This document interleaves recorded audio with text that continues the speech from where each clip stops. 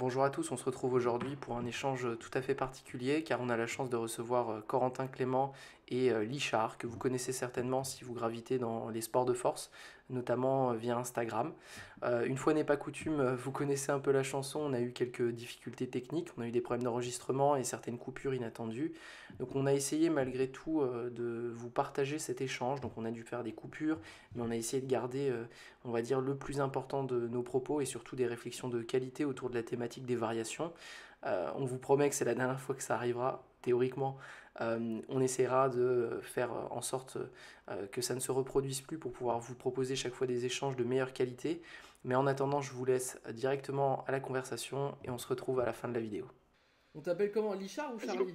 Qu'est-ce que je Appelle-moi garde? Charlie. Enfin, comme tu Charlie? veux, mais Non, non, mais c'est important pour que les gens puissent. Mais je vais trouver c'est un comment. enjeu majeur. Je pense que C'est c'est un un, enjeu c'est un majeur. enjeu majeur, Je moi. sais même pas, je sais même pas par quoi les gens me définissent, tu vois. Me définir, ça Ah ouais? emmerde la discussion. Me définissent. Je sais pas comment me Non, définir. mais tu sais que moi, il y a beaucoup de gens qui m'appellent SBD. Hein.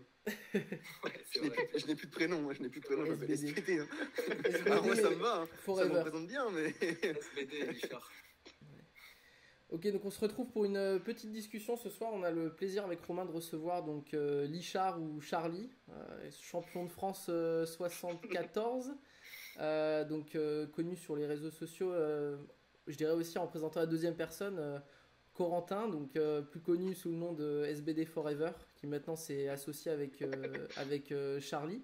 On avait envie de vous inviter pour discuter un peu d'une thématique un peu brûlante dans le domaine de la FA, qui est la thématique des variations, parce qu'on avait fait un post qui était plutôt, je dirais, l'occasion d'un échange autour de la conception qu'on peut avoir des variations. Donc, variations, pour qu'on se mette d'accord, on parlera des mouvements de compétition, donc squat, développé couché et soulevé de terre, et leurs variations proches, donc des variations sans matériel, pause, élastique, chaîne, peu importe. Et ça a amené finalement à assez peu de débats, ça a amené à des prises de position assez acerbes, avec souvent soit être pour, soit être contre. Et vu qu'on a des approches, je pense, un peu différentes sur la programmation, c'était l'occasion d'échanger avec vous. Et je vous remercie d'être là, c'est un vrai plaisir de vous recevoir. Et je pense qu'on va pouvoir aborder un sujet important avec, je dirais, des prises de position avec de la nuance et avec un peu de profondeur. Voilà. Écoute, plaisir partagé. Hein. Oh, c'est cool. Merci les gars. Bon, du coup, pour qu'on commence, je voulais qu'on définisse déjà comment est-ce que vous auriez tendance à utiliser une variation dans l'entraînement. Est-ce que c'est quelque chose qui va venir naturellement, qui va s'imposer, gérer de lui-même en mode vous allez chercher à mettre une variation pour, je sais pas, peut-être pour opérer un changement technique, chercher un stimulus différent, etc. Comment est-ce que vous pourriez définir, peut-être assez simplement, on ira sûrement dans le détail après, mais comment est-ce que votre mode de raisonnement en fait? Ok, bah écoute, je vais commencer. Je pense que les variations, bah, comme son nom l'indique, c'est censé être des variations, c'est-à-dire que ce qu'on entraîne à la base, c'est le mouvement de compétition. Donc, j'en mettrai si l'athlète en a besoin. C'est un peu comme tout choix que je vais faire dans un entraînement, c'est quelque chose que tu mets s'il y a une utilité, s'il y a vraiment un but. Si tu cherches à mettre une variation pour mettre une variation, dans ce cas, je pense que bah, tu me ferais mieux tout simplement de mettre du comp. Parce que tout ce que tu travailles sur une variation est censé être dans un but assez précis. Et il y a de grandes chances que du coup, si tu n'as pas de but, il y ait beaucoup plus d'intérêt à travailler directement le mouvement de compétition. Sachant qu'en plus, il y a beaucoup de cues que tu peux intégrer sur un mouvement de compétition et tu n'as pas forcément besoin d'avoir une variation pour travailler un aspect spécifique d'un mouvement. Bah, juste, je suis assez d'accord sur le fait que parfois, on peut régler un problème sur un mouvement de compétition sans forcément impliquer une variation, mais juste en changeant quelques aspects techniques. Et du coup, ça peut être un gain de temps.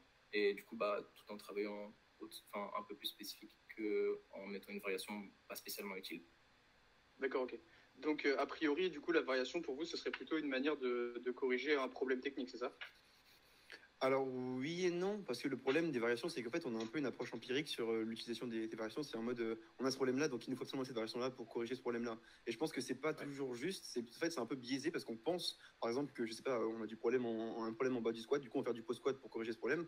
Et je pense qu'en fait, on a la plupart des gens ont une vision un peu biaisée, dans le sens où ils ont corrélé un problème technique avec une variation pour corriger ce problème technique, alors que parfois, il y a d'autres façons, voire même la variation elle-même n'est pas pertinente parce que c'est pas toujours aussi simple que j'ai un problème là et donc je fais cette variation là et même si je fais par exemple 3 secondes de pause en bas de mon mouvement, je vais travailler entre guillemets l'angle faible, etc.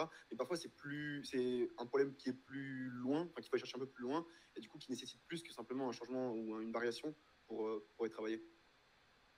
Et comment tu détermines, là, tu dis justement que il faut arriver à trouver enfin, la variation qui peut répondre un peu à la problématique de l'athlète, mais c'est quoi vos critères ou je dirais sur quels éléments, sur quelles variables, je vais éviter le terme peut-être variable, mais sur quels éléments que tu repères, tu vas choisir la variation, sur quoi tu vas, étant donné que là, si je comprends bien, cette idée de si tu as une faiblesse sur un sticking point, tu vas mettre une variation que tu vas passer plus de temps en dessous du sticking point. C'est un truc En qui est un peu théorie. limité. Qu'est-ce que tu utilises comme autre, je dirais comme autre filtre Euh, pour choisir? En fait, je me base plus sur les adaptations techniques que je vais faire. Par exemple, s'il y a genre absolument, si je recherche un changement technique ou un changement en gros de mécanique de mouvement, je vais utiliser une variation qui va aller dans ce sens plutôt que directement une variation qui est censée travailler le problème qu'on a. Parce que la plupart des problèmes qu'il y a dans un mouvement sont souvent du coup soit un problème de positionnement, soit un problème de mécanique du mouvement. En tout cas, c'est ce que je pense. Et du coup, je pense que en utilisant des variations qui vont encourager le changement de ces mécaniques, je vais pouvoir du coup corriger ces problèmes qui sont en fait pas réellement des problèmes, mais juste qui sont la résultante de comment est-ce que tu places sur ton mouvement, quoi. Ok.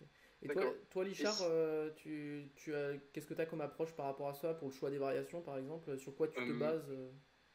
Je me base un petit peu sur le passé entre guillemets de l'athlète. Si par exemple c'est un athlète soit débutant ou soit c'est un athlète assez expérimenté, je pense que si c'est un athlète débutant, il n'y a pas forcément besoin de mettre en place 12 000 variations pour corriger un mouvement parce que c'est probablement que le mouvement de base est peut-être pas complètement compris ou le pattern n'est pas enregistré. Donc avant de mettre plein de variations, déjà peut-être essayer de corriger le mouvement dans sa globalité. Et si après c'est un athlète un peu plus avancé et qu'il a déjà mis en place des choses pour essayer de corriger un mouvement et qu'après un certain temps c'est toujours le cas, et bah là en fonction de ce qu'est le problème, pourquoi pas essayer de réfléchir à des variations qui pourraient aider, comme Corentin l'a dit, à corriger le mouvement plutôt que corriger le sticking point entre guillemets. Hmm. Ok. Donc, a priori, tu serais plutôt sur d'abord essayer de maîtriser le mouvement sur les variables, les standards de compétition. Et si jamais il y a un problème que tu identifies qui, justement, n'arrive pas à être réglé de cette manière, tu le passes sur une variation, c'est ça? Oui, ça peut arriver, ou alors laisser peut-être un petit peu de temps, créer du Ouais, momentum tout le long du bloc pour voir comment ça évolue, et ensuite voir après comment ça se passe sur la fin du cycle ou la suite du cycle. d'accord. Et du coup, ce qui est assez intéressant, c'est que de ce que j'ai compris, les gars, vous avez tendance à utiliser des variations pour essayer d'opérer des changements techniques. Donc, encore une fois, on l'a dit juste avant, c'est pas forcément essayer de battre un sticking point ou quoi, mais c'est améliorer sa technique, améliorer l'efficience de son mouvement. Et dans ce cas-là, est-ce que vous ne pensez pas que l'utilisation des variations, elle va avoir tendance à décroître au fur et à mesure que l'athlète prend en expérience? C'est-à-dire que bah, un débutant, il aura peut-être pas besoin de variations parce que peut-être que pratiquer le mouvement de compétition seul, ça pourra suffire. Mais un athlète qui est très avancé, qui a plusieurs années d'entraînement derrière lui déjà, on peut se dire qu'il aura tendance à avoir déjà bien répété le mouvement et qu'a priori, il devrait déjà être assez bien rodé dessus. Alors oui et non, parce que je pense qu'il y a aussi l'effet inverse qui se passe, qu'en fait c'est vu que l'athlète pratique le mouvement depuis un moment, le fait justement de lui permettre de faire quelque chose de différent, ça va lui permettre d'avoir un focus fait, psychologique, tu vois. C'est-à-dire que en gros, il y a un grand problème aussi avec les athlètes qui sont assez avancés, c'est qu'en fait ils recherchent forcément la performance vu que c'est plus d'un athlète. Et du coup, je Ouais, pense que bien sûr. le fait de mettre une variable une variation en place, pardon, ça permet vraiment de, en gros, switcher un peu ce focus de la performance à tout prix sur un aspect technique, tu vois. C'est-à-dire que moi, par exemple, je sais pas si j'arrive dans un bloc, je commence mon bloc et que je fais où je sais que ma meilleure perf sur cette variation-là, sur un triplé, je veux dire, je sais pas, mon squat pose, c'est 290 en triplé. Euh, tu vois, le fait de devoir redescendre en dessous de ça au fur et à mesure de mon bloc, je pense que psychologiquement, ça va un peu m'impacter. Et du coup, le fait d'avoir une variation, soit déjà sur laquelle la tête n'a pas de repère, donc il ne peut pas vraiment se juger d'un point de vue performance, donc il va pouvoir se focus sur ce qu'il a à faire d'un point de vue technique, soit d'avoir juste un truc qui est pas assez récent, du coup, pour avoir un repère, ça permet vraiment à l'athlète, en gros, de se dire, écoute, le but de ce que je fais actuellement, c'est pas forcément de faire une perf en soi, c'est de travailler un aspect qu'on s'est fixé sur le mouvement. Et du coup, il va vraiment porter son focus sur sa séance, sur son exercice de je travaille ça, tu vois. Et du coup, ça lui permettre de prendre un peu de recul par rapport à ce qu'il a à faire d'un point de vue performance et du coup, de vraiment rester focus sur ce qu'il a à faire d'un point de vue technique ou des adaptations qu'on met en place, plus que simplement reperfer pour, entre guillemets, réussir à envisager une bonne fin de bloc ou de créer de l'élan à tout prix, quoi. Hmm. Hmm. Et comment, là, justement, c'est assez intéressant parce que là, on part du principe que l'athlète n'arrive pas à changer son mouvement, n'arrive pas à optimiser un aspect technique qu'on aimerait pouvoir lui suggérer. En tout cas, on pense que ça peut être une piste pour pouvoir progresser. À partir de quel moment vous estimez que la variation devient l'outil nécessaire? Je veux dire, à partir de quand on peut se dire, ok, là, la solution, ça va être la variation et ça va pas être, par exemple, de faire du comp avec d'autres cues ou avec un autre format pour pouvoir s'entraîner à le faire ou pouvoir avoir un peu plus de pratique sur le mouvement, quoi. Bah, écoute, Charlie, je te laisse la main. Ah, tu me laisses la main? Ok.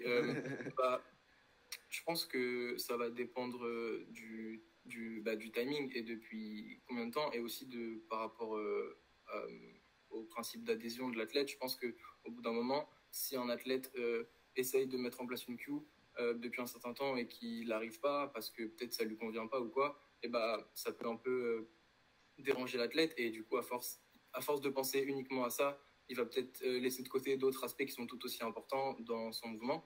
Et donc, du coup, dans ce cas-là, mettre en place une variation pour changer un petit peu son état d'esprit par rapport au travail qu'il doit fournir pour changer ce mouvement-là pourrait être intéressant pour qu'il puisse mettre tout autant d'énergie, entre guillemets, et d'intention dans le mouvement, plutôt que comme si ça faisait des mois et des mois qu'il avait du mal à faire quelque chose en compte et qu'on continue, et au bout d'un moment, bah, forcément, l'athlète va peut-être un petit peu moins s'intéresser à ce problème-là. Je pense aussi qu'il y a vraiment une notion de caractère à prendre en compte. C'est-à-dire qu'en fonction des gens, il y a des gens, du coup, comme il l'a dit, qui vont pouvoir, entre guillemets, tryhard et se focus sur un truc pendant des mois, et pas en perdre, d'énergie ou de volonté. Et il y a des gens qui vont être très rapidement blasés parce qu'ils vont pas avoir l'impression de progresser ou pas avoir, ils vont pas réussir à se projeter, en fait, par rapport à la queue qu'on leur donne ou le changement qu'on veut faire. Et donc, du coup, bah, c'est pour ça que je dis qu'il y a des gens qui ont besoin de prendre du recul et qui en ont besoin plus rapidement que d'autres. Et donc, potentiellement, les variations, ça doit venir un peu plus tôt parce qu'en fait, ça leur permet vraiment d'avoir un changement mental où ils se disent, OK, en gros, j'ai cette variation-là qui travaille pour ça. Et donc, même si j'y arrive pas, je veux dire, j'ai ce moment-là où je travaille dessus et j'ai le temps, en fait, tu vois, parce que c'est quelque chose de nouveau, c'est quelque chose que je mets en place. Et du coup, ils ne s'attendent pas à des résultats immédiats en termes de performance, mais plutôt à une avancée technique. Ils vont se dire, OK, j'ai compris un truc sur cette séance, tu vois, où il y a un truc qui s'est passé. Je me suis rendu compte que là, ça allait mieux, j'ai réussi à faire ce truc-là, etc. Et donc, du coup, ben, encore une fois, comme je disais avant, ils sont moins pressés par le fait de juste voir en gros plus 5 kilos sur la barre parce qu'ils ont réussi à appréhender un changement technique. Mais ils se focusent plus sur la chose en elle-même qu'on leur demande. C'est-à-dire, par exemple, si tu recherches parce qu'un athlète se penche plus dans un squat, bah, tu vois,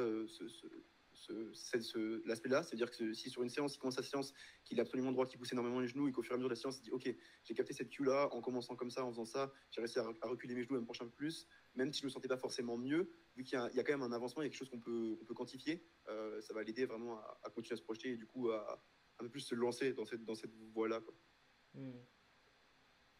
Il y a quelque chose que vous avez tous les deux dit sur l'utilisation de la variation, c'est un peu cette notion mentale d'adhérence à l'entraînement, de désir de changement, etc.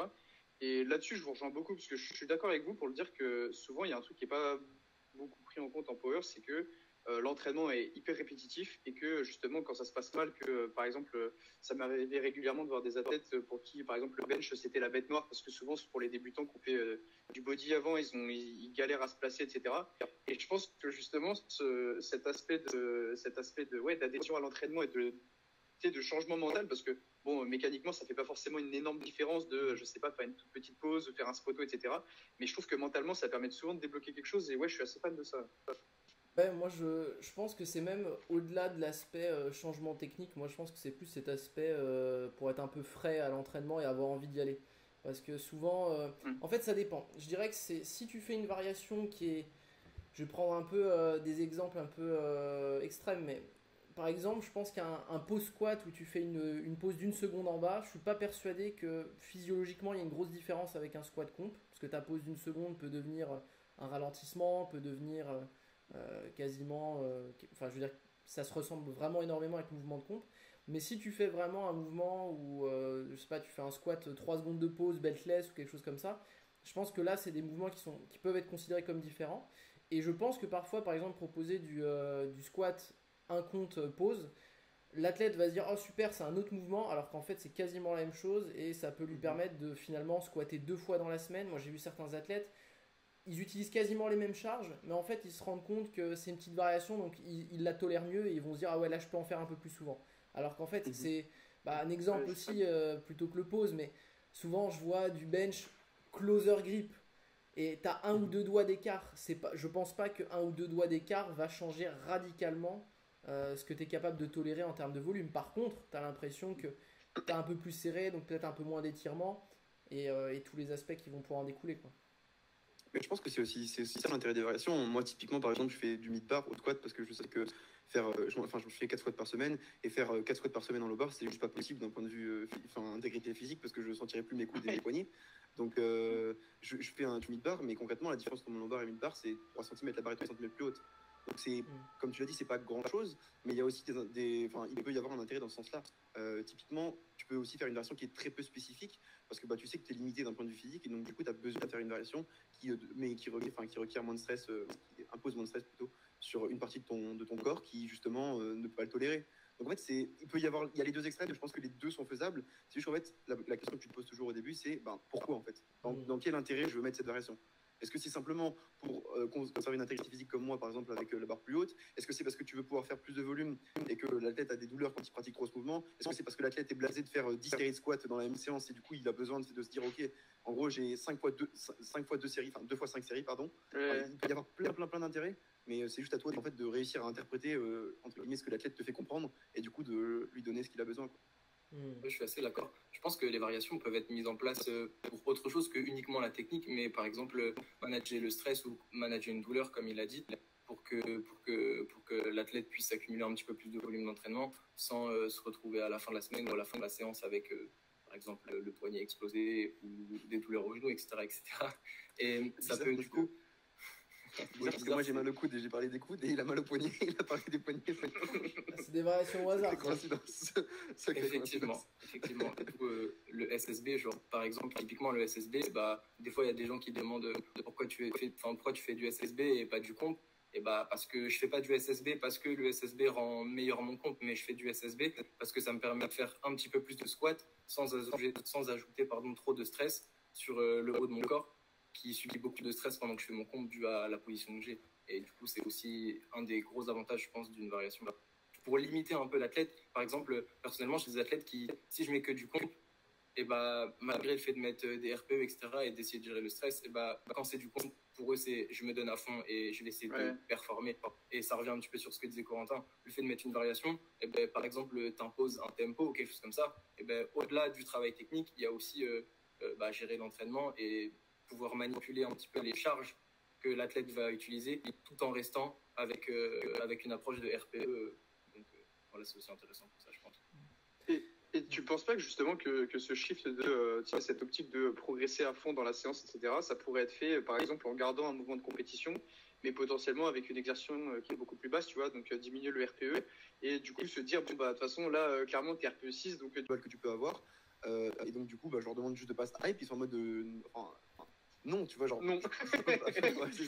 C'est juste qu'en fait, en gros, ça fait partie de leur routine d'entraînement, déjà de 1, donc ils adorent ça, tu vois, c'est genre, ils s'entraînent pour ça parce que ils kiffent la sensation d'être au taquet, etc., etc. Et en plus de ça, ils ont du mal à prendre du recul sur le fait que, en gros, on leur demande de faire quelque chose de très facile, ou de plus facile. Et donc, c'est pour ça que je pense que c'est vraiment bien parce qu'en fait, ça te permet de dissocier l'aspect performance et l'aspect progression, enfin c'est pas vraiment progression mais l'aspect introduire un nouveau changement qui va peut-être pas être fulgurant en termes de résultats ou en tout cas tout de suite, mais sur lequel on met un focus qui est un peu différent de juste pousser plus lourd ou progresser sur ton total, quoi. Mais ça c'est un truc Romain, je me permets parce que c'est un truc un peu sur la méta que j'ai des variations, cette idée que moi la variation je l'associe aussi avec des lifters qui ont tendance qui pourrait potentiellement trop se hyper, comme tu prends cet exemple, Corentin. Mais ce truc un peu de... tu peux forcer à se brider tout en forçant à l'entraînement. Je m'explique. C'est-à-dire que tu peux lui dire... je sais pas, par exemple, tu vas lui demander de faire un squat en 5-3-0. Tu sais qu'avec le temps sous tension, il va forcément devoir réduire la charge, mais pourtant, il va pouvoir avoir l'impression de pas mal pousser. Et ça, je sais que... je vois ça chez certains athlètes. Tu leur demanderais de faire, je sais pas, une séance 4x5, 4x6, ils vont te dire je vais pas m'entraîner, quoi. Tu vois, ça m'intéresse pas ou voilà, j'ai l'impression de rien faire. Mais par contre, tu vas leur mettre 4x5, 4x8 en 5-3-0, là ils vont être contents. Ouais, parce qu'il y a 8. pour rebondir sur ce que tu as dit, même si ça les intéresse, en fait, c'est le fait de savoir que ça va être facile, ils vont y mettre moins d'entrain, et donc du coup, ça va être moins productif, même si c'est censé être facile, ça sera moins bien fait que si c'était fait d'une autre manière, quoi. Ouais, je suis d'accord. Là où moi j'ai tendance à être un petit peu plus frileux sur l'utilisation des variations, c'est que comment j'ai tendance à avoir une approche qui est assez orientée data.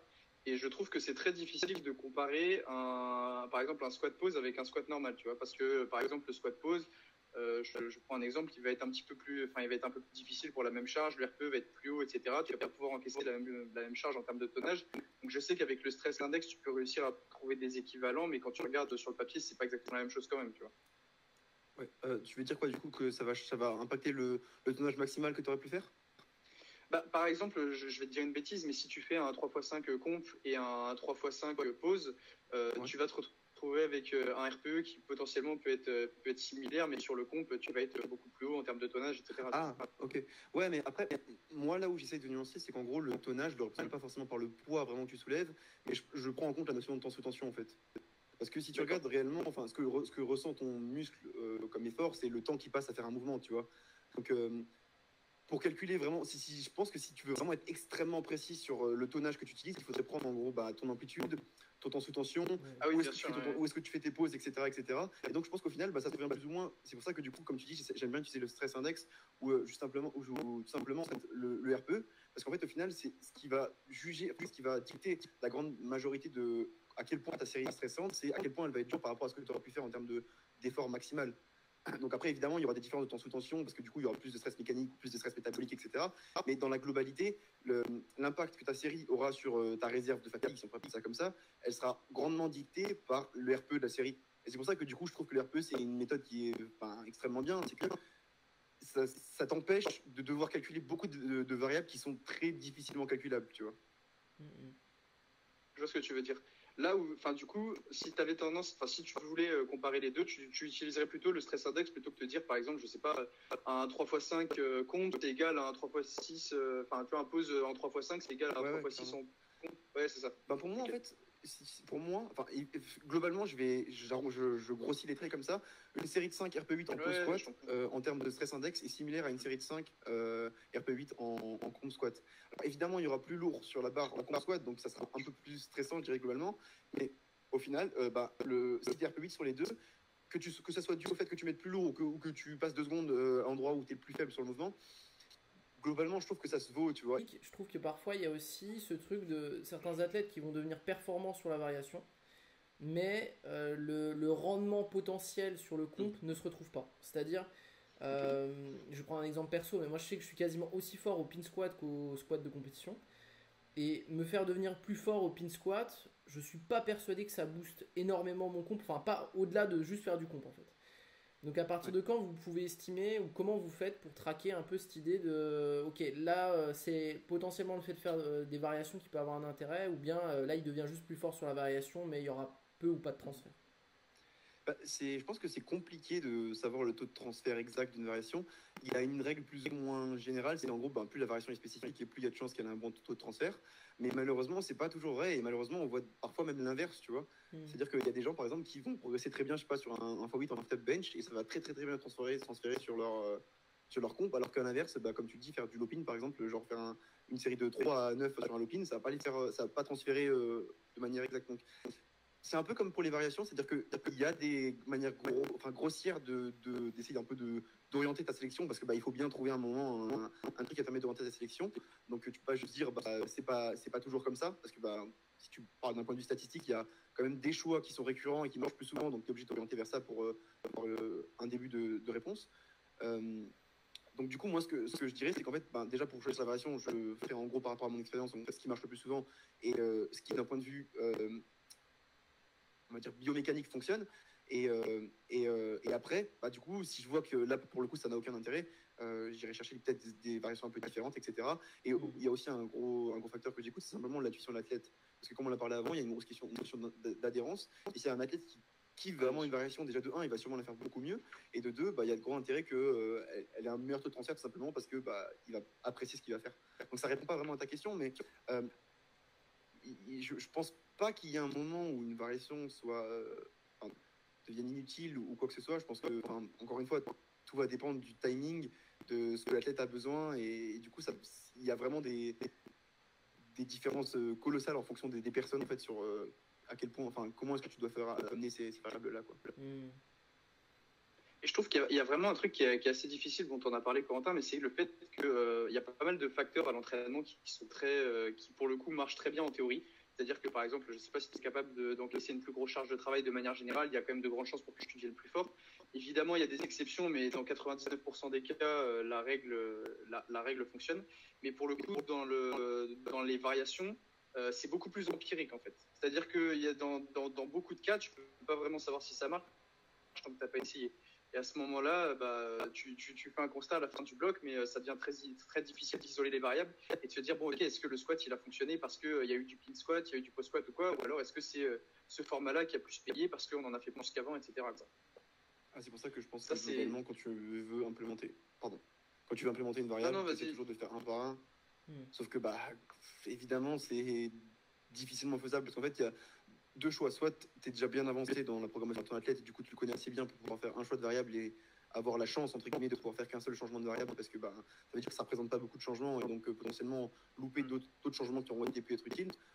Soit du coup entre guillemets tu prends le risque de faire plusieurs changements de variables parce que tu t'en doutes ou d'un point de vue c'est nécessaire d'un point de vue programmation. Et dans ce cas, forcément, isoler la variable, ça va être très, très, très compliqué. Et je pense que c'est là aussi, du coup, qu'il y a une notion d'écouter l'athlète et de parler, en fait. C'est que, en fait, je pense que toi, en tant qu'athlète, tu as toujours une certaine notion de feeling avec les variations. Et tu les appréhendes différemment et du coup au final tu arrives à faire des liens entre cette variation m'a fait progresser ou pas, et donc du coup au final l'athlète fait vraiment un lien entre par exemple j'ai fait cette variable là, j'ai mis cette variable là en place et c'est cette variable là qui m'a fait progresser, et c'était peut-être pas forcément le cas mais ça aura un effet, un placebo tellement important qu'au final ça revient plus ou moins même, ou en tout cas ça continuera d'avoir un effet similaire, tu vois. Ouais, je suis d'accord. Je trouve que par contre en termes de proprioception, de recul sur son entraînement, etc., tu vois, j'ai l'impression que c'est quelque chose que tu peux difficilement mettre en place avec un débutant. Non pas que le débutant il te permette pas d'avoir un retour, mais il va être peut-être moins à même de comprendre ce qui fonctionne ou pas pour lui, quoi. Clairement. C'est pour ça que du coup là je pense que l'approche à avoir avec un débutant c'est juste d'essayer de faire ce qui fonctionne en général, quoi. Et du coup, c'est ce qui donnera plus de chances que ça fonctionne. Et après, au fur et à mesure, quand lui va prendre de l'expérience, il pourra te donner des retours qui sont plus complets. Et du coup, il y aura plus de choses à interpréter, quoi. Mais c'est un truc, c'est pour ça que sur les variations, on avait donné notre avis un peu en poste. C'était l'idée de plus on est débutant, plus les règles générales, on risque de s'y soumettre. C'est-à-dire, il y a ce truc de. Il y a malheureusement, oui, l'individualisation, c'est le cœur d'un entraînement, et je veux dire d'une pratique qui amène au haut niveau. Ça, c'est une évidence. Je pense que ça, il n'y a même plus besoin de le dire.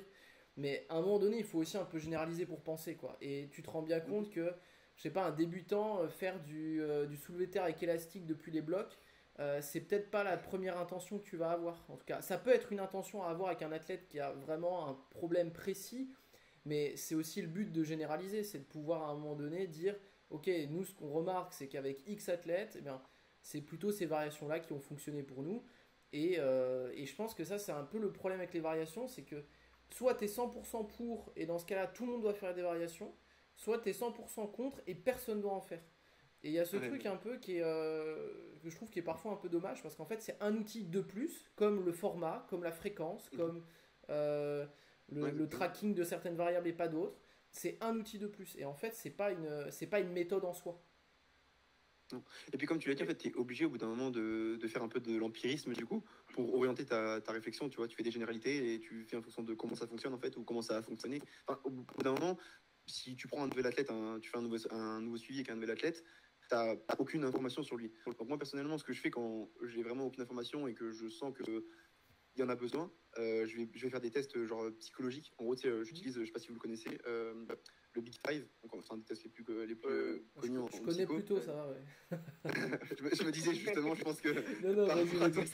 Ça devrait aller. Vas-y. Mais c'est un des tests les plus utilisés en psycho, et du coup j'utilise ce test-là, et du coup j'ai fait des généralités avec ce test-là. Donc en gros, en fonction de sa sorte, je sais plus exactement, ça fait un moment que je l'ai plus utilisé pour être honnête, mais en gros c'est sur 5, il me semble que c'est sur 5 qualités différentes, ça donne un pourcentage.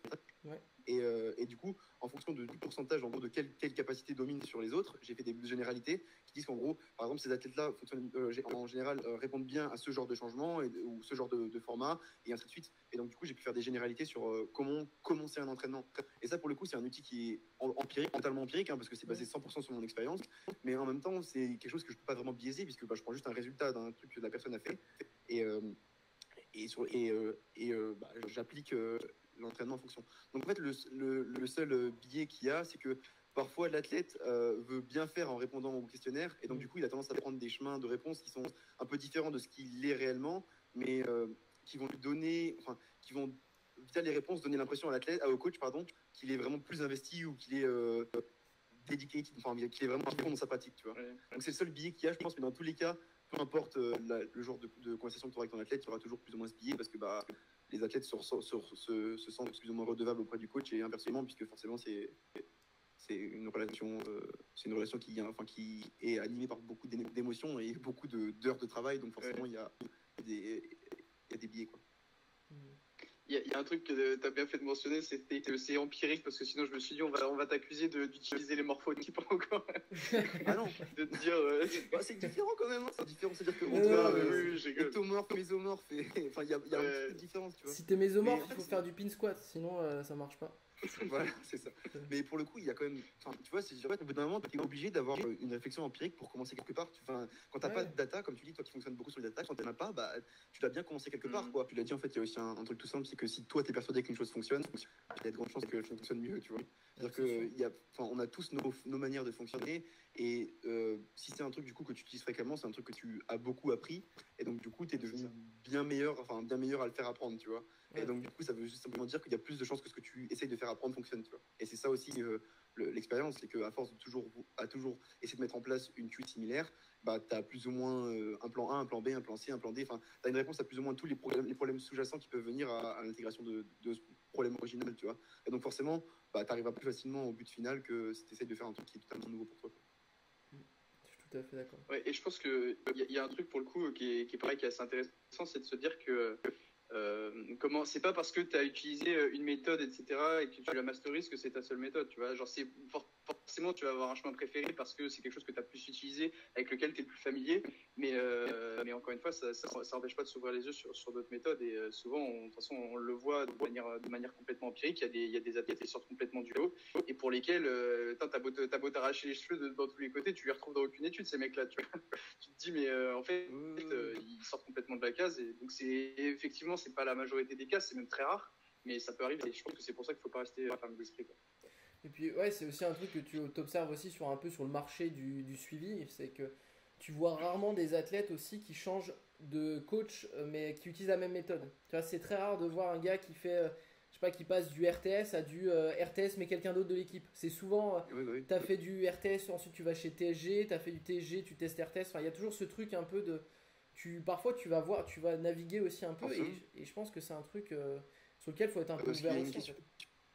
Totalement. En fait, il y a une question de routine, hein. Il y a des gens, en fait, même si quelque chose se passe bien, ou à l'inverse, si quelque chose se passe mal, tu rentres dans une certaine routine au fur et à mesure du temps, pardon, et du coup, tu anticipes les réactions que les deux parties vont avoir, et donc au final, tu fais plus beaucoup de changements, parce que tu sais que soit de ça va pas fonctionner parce qu'on a déjà essayé, soit de ça va pas fonctionner parce que tu connais plus ou moins le caractère de l'athlète, donc au final, tu limites beaucoup ton champ du possible, et parfois, en fait, c'est juste mieux de prendre du recul, et du coup d'aller chez quelqu'un d'autre et juste de recommencer à zéro, en fait, simplement, tu vois, et ça te donne un peu un reset où en gros tu dis ok, tout est possible maintenant, tu vois, il y a pas de j'ai déjà fait ça, tout est possible, on peut l'implémenter d'une façon différente ou pas, et donc du coup parfois juste refaire la même chose en fait, mais le refaire avec quelqu'un d'autre, ça va fonctionner, tu vois, et parfois c'est ça, un athlète a juste besoin en fait de renouveau, en fait. C'est aussi bête que ça, mais moi typiquement j'ai eu cette sensation là quand j'étais en 120, j'étais coaché par moi-même, donc c'est un peu différent, mais je sentais que j'avais besoin de quelque chose de nouveau. Et donc, du coup, je me suis dit, ok, qu'est-ce que ça peut être? Et ma première réponse, c'était en redescendant en 105, tu vois. Concrètement, sur mon entraînement, etc., ça a eu quasiment pas d'impact, mais juste, en fait, j'avais un nouveau but. Je m'étais dit, ok, maintenant, mon but, c'était de descendre en 105, d'être compétitif, de retrouver ça, ça, ça et ça. Et donc, du coup, ça m'a vraiment, en fait, relancé un peu dans mon entraînement, alors que j'étais un peu sur une période creuse où je me voyais pas, je me projetais avec du mal, quoi. De les mettre en place parce que je les estimais bonnes, Et en fonction du retour que j'ai eu, qu'il soit positif ou mauvais, et bah, ça me met en confiance, entre guillemets, sur le fait de devoir la programmer pour un athlète parce que, par exemple, il a eu un problème ou il a un problème qui ressemble à un problème qu'un autre athlète a eu et que j'ai corrigé grâce à cette variation. Du coup, je vais me dire, cette variation-là a marché pour cet athlète-là. Alors, il faut prendre en compte plein de facteurs pour mettre en place cette variation, mais je pense à cette variation-là. Ensuite, j'étudie entre guillemets le terrain pour voir si oui ou non sur le papier ça devrait marcher. Ensuite, je la mets en place et on voit ce que ça donne. Et en donnant aussi des instructions à l'athlète, je pense que c'est assez important aussi quand on met en place une variation, d'expliquer pourquoi on la met et comment il faut la faire plutôt que de juste mettre un pin squat et laisser l'athlète mettre le pin 2000 fois trop haut, par exemple, ou quelque chose comme ça. De un, on évite de perdre du temps et de deux, les objectifs sont précis des deux côtés et je pense qu'il y a plus de chances de réussite à ce niveau-là. Merci à tous pour votre attention. On espère que cet échange a pu vous plaire, que vous avez pu apprendre certaines choses. On essaye toujours de populariser au maximum nos réflexions pour essayer de permettre à tout le monde de s'instruire dans les sports de force. Comme d'habitude, pensez à lâcher un petit like, un petit commentaire pour le référencement. Ça nous fait toujours très plaisir pour le travail fourni. Comme d'habitude également, si vous souhaitez des informations sur les services que nous proposons, on se retrouve directement dans la description ou sur notre site internet. N'hésitez pas non plus à nous contacter sur les réseaux sociaux et on se retrouve très bientôt pour un prochain épisode.